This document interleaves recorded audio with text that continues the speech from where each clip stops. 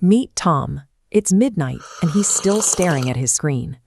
Tom tells himself the same thing millions of ambitious people do every night. I'll finally relax when I make it. His entire strategy relies on a specific trade-off. He believes that intense stress and a constant state of sleep deprivation are the required currencies you have to spend to buy a successful life. So he pays up. He packs his calendar so tight there's no room to breathe.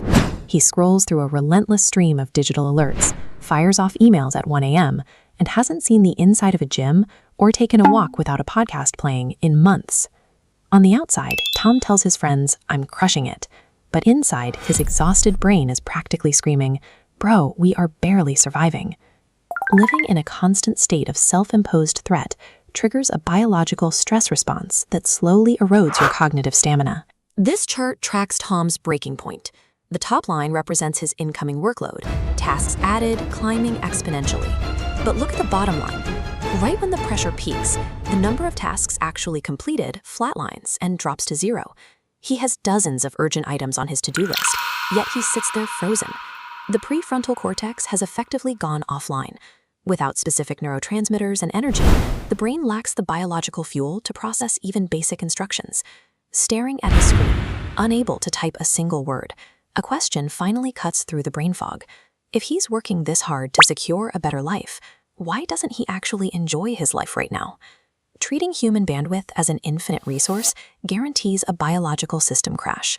The logic of hustle first, live later is a math equation that always ends at zero. Fixing this doesn't mean Tom has to abandon his ambition. He doesn't need to quit his job and move to the woods. He just needs to upgrade the flawed operating system that manages his energy.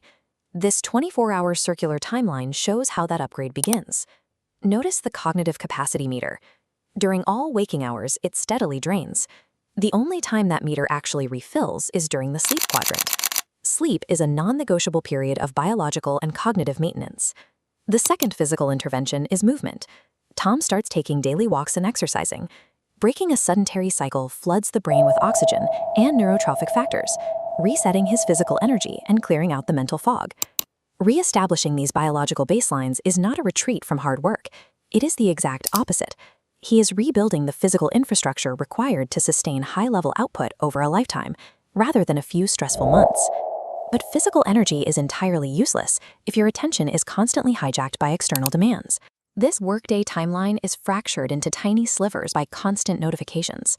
Answering pings causes attention residue, a cognitive lag blocking deep focus. By implementing boundaries and saying no to non-urgent messages, Tom stops the interruptions. Watch the fragmented slivers merge into unbroken blocks of deep focus. The emotional progression follows a clear logic. As his days become less cluttered, Tom moves from a state of overwhelm to one of calm, which naturally leads to sharper focus and a sense of control over his time. Actively defending your boundaries and simplifying your inputs creates a zone of psychological safety. It gives your brain the quiet environment it needs for deep, meaningful work, turning daily chaos into clear, actionable progress. Now, there is a very obvious fear here. If you sleep more, set boundaries, and work fewer hours, won't you inevitably achieve less? This 2x2 matrix plots hours worked against focus level. Hustle culture demands high hours, but because of exhaustion, it yields very low focus and only moderate output. Tom's sustainable system requires moderate hours, but generates incredibly high focus, yielding massive output. Rest and recovery actually sharpen Tom's ambition. By cutting out the noise, he completes complex tasks in less time, makes higher quality decisions because his brain isn't starved for rest, and finally has the surplus energy to enjoy his life outside of work. You do not have to destroy your peace to build a successful life. So you have to ask yourself, are you building your dream life, or are you building a life you're trying to escape from? If Tom's lesson hit home for you, drop the word balance in the comments below. Sustainable success comes from an ongoing strategic practice of balancing high-stakes ambition with the intentional recovery needed to fuel it.